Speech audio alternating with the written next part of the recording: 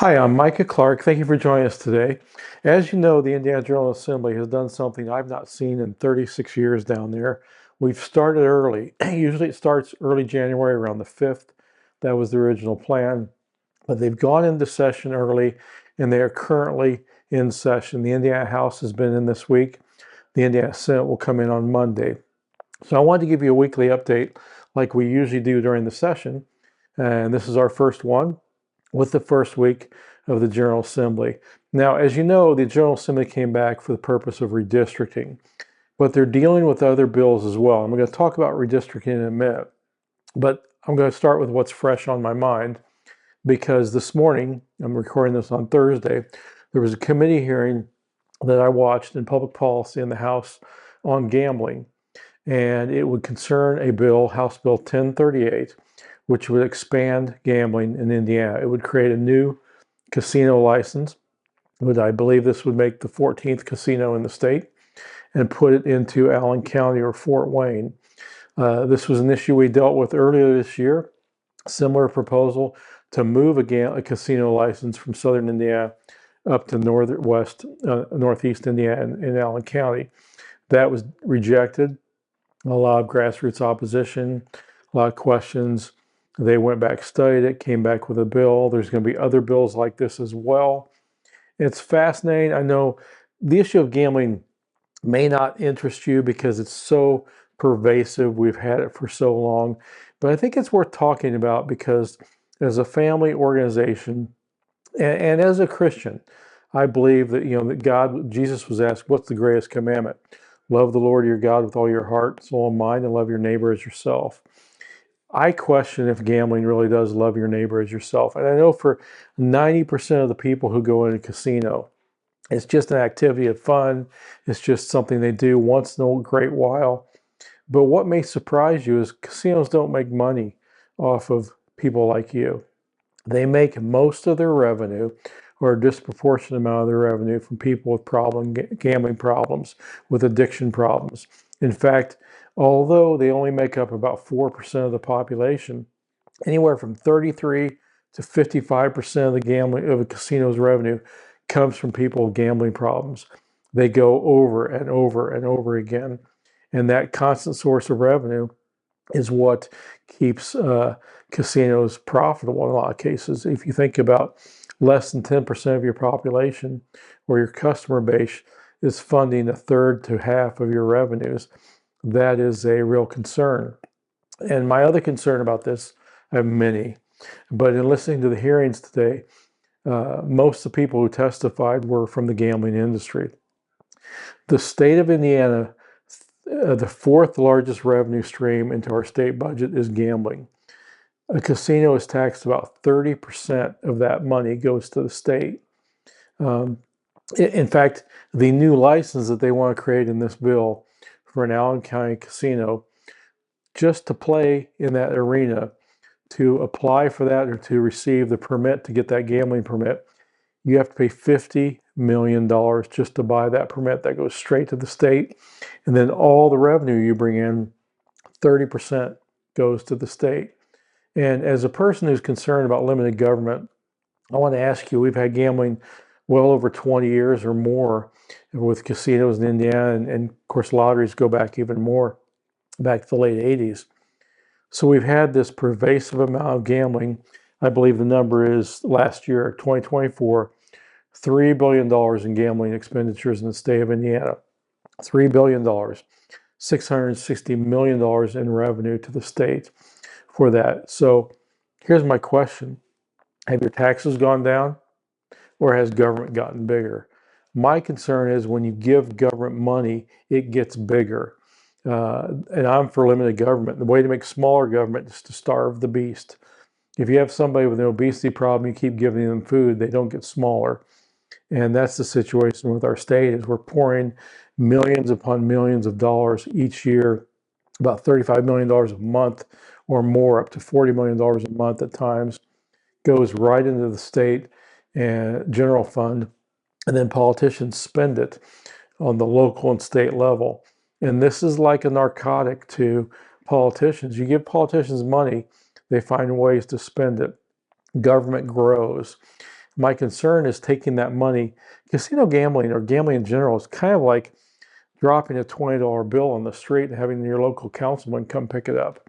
It doesn't create new economic development. They all talk about economic development, but imagine if that $3 billion was spent on restaurants or car dealerships or companies that make products, and the taxes generated from that. Gambling doesn't create anything. It's a well-crafted way to take tax dollars from people, take money from people and turn them into tax dollars. It doesn't really create anything. So people say, well, there's construction jobs. Yes, there are construction jobs when they build a casino. And yes, there are people who are employed, but you create far more addicts than you create jobs, service jobs in the casino industry. The average casino employs about 500 people. If you take $3 billion over 14 entities, I bet you could create a lot more jobs, a lot more well-paying jobs with true economic development. That's my view. My concern at AFA is that the politicians look at economic development or tax revenue, but they overlook the social costs. And with gambling addictions, you have higher divorce rates, bankruptcies, addiction issues with alcohol, suicide. When people blow through all their money, suicide is very high with gambling addicts. And so my concern is that government policy should be much like the Hippocratic Oath for doctors: first, do no harm. I don't think gambling is the best way for economic development. And now it's fascinating to watch the hearing and to watch, there were about 20 people who testified, 18 of whom were gambling interests. The other two were local citizens. The only two local citizens who did not hold a government or gambling job testified about the social costs. No one else mentioned that. And so I'm concerned about what's best for Indiana. I believe we have enough gambling as it is. A lot of the gambling interests that testified against this were doing it for their own interest. They didn't want the competition. They like their turf. They like their territory. They want people coming to Anderson, not Fort Wayne. You have the horse industry that was upset or concerned. You have other casinos that were concerned about their loss of revenue if there's another casino that they have to deal with. So that's kind of fascinating. We'll see what happens. I'm not sure what they'll do with this. They're not going to vote on it until January. They just took testimony today, and that's House Bill 1038. But I do think there's, some concerns just in general when you have a way set up that the way the government profits is that people lose. People lose, government wins. Is there entertainment value to it? Sure. But if you've ever gone to a casino like I have and you want to watch what happens, go to a casino at 2 a.m. like I did and watch the people who are sitting there. Frankly, some of them are dressed very poorly. They don't look like they have a lot of money to spend. Constantly gambling, hour after hour, 2 a.m, 1 a.m, Tuesday night at 10 p.m. A lot of people there, you wonder, is this the best use of their money? Now, I get it. We're a free society. People can do what they want. People waste money in a lot of ways that they find entertaining. But I really question if this is the best thing for a community. Fort Wayne in particular, Fort Wayne has held off a casino for about 20 years because it's the one area of the state that doesn't have one. And 20 years ago, the locals up there were saying, we have to have a casino to revitalize Fort Wayne. They didn't get one, and Fort Wayne has done great things with a lot of development projects downtown, with a baseball field, with businesses, with other things. They did it without a casino. And my concerns expressed, are your local small stores, your mom and pop shops, when you divert revenue out to the casinos, would that money be better spent on other things and help the economy as opposed to giving it to out-of-state casino owners and politicians in Indianapolis? But that's my 2 cents. You don't have to agree. We're going to get the word out, let people in Fort Wayne know, let them drive this if this is a concern, let people speak up, and let their elected officials in the Statehouse know, do we want a casino in Fort Wayne? Me personally, I don't think it's the greatest thing. I have a lot of concerns about the social costs of gambling. I just don't think it's very good public policy. But it's where we are. There's a worldview behind it. Let people do what they want to do, whether it's good or not. My big concern is I think this grows government more and more, and I don't like big government. I think there's better uses of money. But that's House Bill 1038. Very interesting to watch that this morning for a couple hours and see what was being discussed in the committee. There'll be other bills filed. There's talk of moving a casino to Indianapolis or creating a license in Indianapolis. So we'll watch that as well. You have a lot of concerns about that for the casino or the gambling industry because you have a casino in Shelbyville and a racetrack, also in Anderson. This is a very predatory industry, and so there's a lot of infighting going on. But if you live in Fort Wayne or in Northeast Indiana and you don't want a casino downtown or out on I-69, there's about 4 different places they're looking at. And the other thing is, it's kind of funny. Some of the politicians will say, well, I'm not real fond of a casino, but if we don't do this, then an Indian casino will come in and we don't get as much tax money from that. Well, the Indian casino could still come in. It did that in South Bend. An Indian casino can open at any time in Fort Wayne. I don't think the best policy is let us get one first if there's social cost to it. And I believe that there are some social costs to it. And if you want to learn about that or know about that, email me and I'll send you some info on the social costs of gambling. But I think you know that while most people, this is not an issue, for those that do have a gambling problem, it's a very serious issue. It causes a lot of harm to families. They estimate that one gambling addict affects 5 to 10 people in their family or those around them. There's a lot of petty crimes that occur, bankruptcies, divorce, things like that. So wanted to let you know about that. I don't pick the issues that come up. They do. And this was one that came up this morning. So I tuned into that, watched that, texted some people who were testifying, a few members on the committee. Now, the big issue you've heard about this week is the issue of redistricting. And let me say, this is a partisan issue. So I'm not weighing in on one side or the other because as a 501c3, we are not partisan. And this is a political issue, but it's fascinating. You don't see this very often. It happens once every 10 years.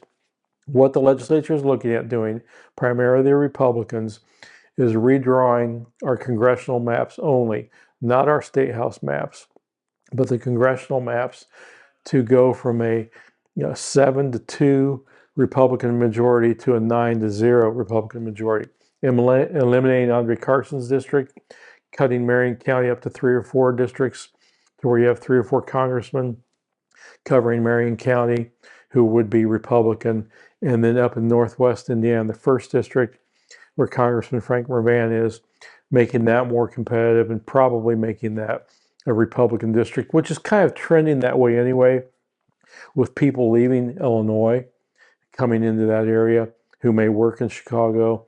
That area has been trending Republican for a while. And I think that if they don't pass new maps, you probably will have a Republican district emerge from there with the next redrawing in 2031. But this is a mid-session redistricting.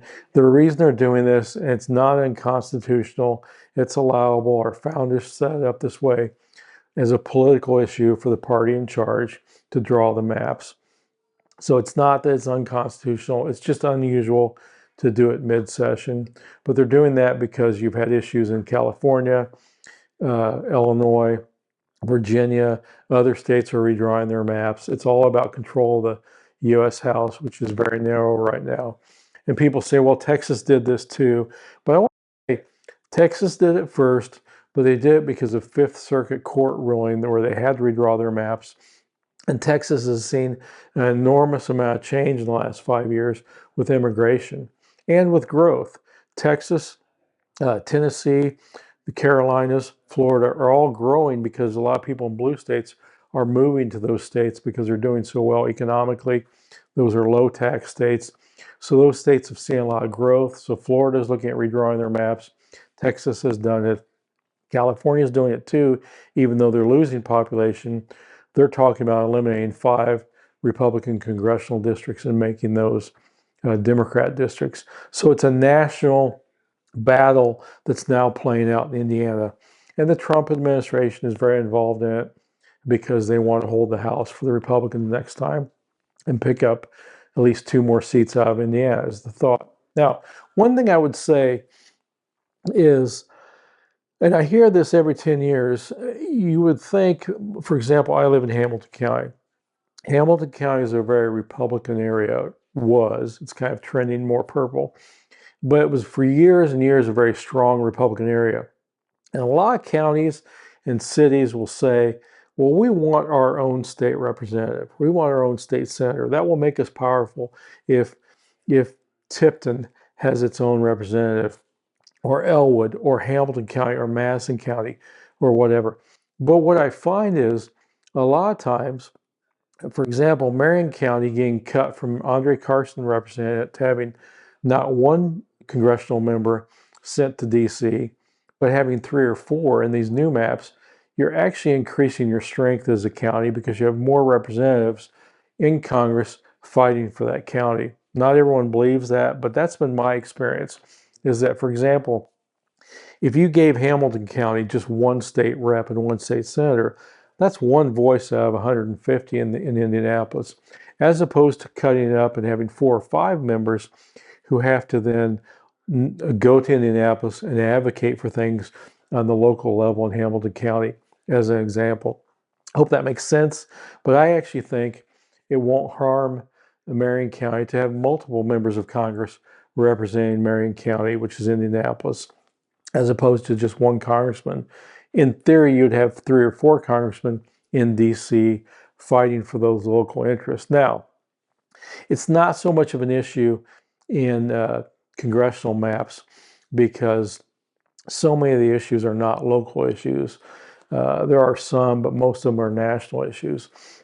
But the other argument that comes up, the Democrats raise this, and I think it's a legitimate issue. It comes up every time maps are drawn by both sides, is, well, you're chopping up areas that have geographical or different types of concerns. Actually, the current maps that we have right now divide 9 counties and 13 townships. The new maps that they're proposed, even though they look very different, actually only cut up, I believe, 7 counties, divide 7 counties, and only 9 townships. So there's actually more continuity in these newer maps, even though they look different, than in the older maps, the split areas. But with a congressional district being so large, you're going to split areas. You're going to have parts of a district that aren't the same as other parts of the district. And our districts often run from from Illinois to the center of the state, or Ohio to the center of the state. That's not unusual in a congressional map. What you want to avoid is having what they would call a salamander or gerrymander, named after a vice presidential candidate, Massachusetts congressman for the 1800s named Gary or Jerry. Gerrymandering or gerrymandering. They call it mander because it looked like a salamander. The district went like this. We're trying to avoid that. I think they're trying to do blocks. But you can look at the maps. They're online. You can find them on Facebook or social media. We'll see what happens. I believe the House will pass this today as you watch this video on Friday. The Senate will come back. It's a much more uphill climb. It's much more divided in the Senate. I actually think the House will probably get over 60 votes for these new maps today. The Senate, there may be a majority of Republicans who don't want it, maybe a majority of senators who don't want it. So getting to 26 votes in the Senate will be very difficult and very interesting to see if they do that next week. And so it's going to be fascinating to see what happens with that. Again, it's not an issue that AFA is going to weigh in on, but it is fascinating to watch. It is historic, and we'll see what happens. I do think that there is, we hear a lot of the media talking about this because it is interesting. It's a hot topic. I kind of wonder how many people, average Hoosiers like you and I, really care that deeply about it. I don't think by the time this rolls around, if there are new maps and you vote next year, by the time January 2027 comes along, you have a new congressman, there's going to be a whole host of issues that come up that may be more important to you than what district you're in, or if your district has changed. For most people, you're going to have the same member of Congress you did in 2027 that you do right now in 2025. But for some, it will change. And I know that it may be an issue of concern, but trust me, between now and November 2026, there's going to be a whole lot of issues that affect you a lot more in your pocketbook than who your member of Congress is. And we'll see what those are. So, but it's an interesting issue to look at. We'll stay on top of it. We'll watch that from afar. They are seeing some bills come up. There'll be over 1,000 bills filed this session. Right now, we have about 40 to look at that have been made public. We have a euthanasia bill that comes up every year. It's already been filed. We have a bill on firearms regulation, comes up every year. There's the casino bill. Some other bills have come up. And there'll be a lot more next week that we'll talk about. Next Friday, I'll give you an update on what the Senate does with the maps and what other bills they look at in committees next week. So session started early. Didn't expect this a month ago, but we're in session for the next 2 weeks, actually next week. And then they'll take a break for Christmas and come back on January 5th.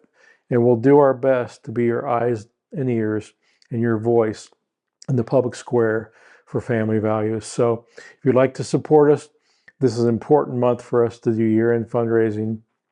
You should receive a letter if you're on our donor list in the mail very soon. If not, you can always give online. We'd love to have your support, be it $10, $20 a month. It's a great help to us. We'll use that and be good stewards of that, of your trust and support. Most of all, we appreciate your prayers as we do our best to stand up for family values in Indiana. I'm Micah Clark with the American Family Association. Hope you have a wonderful weekend. Thanks for joining us today.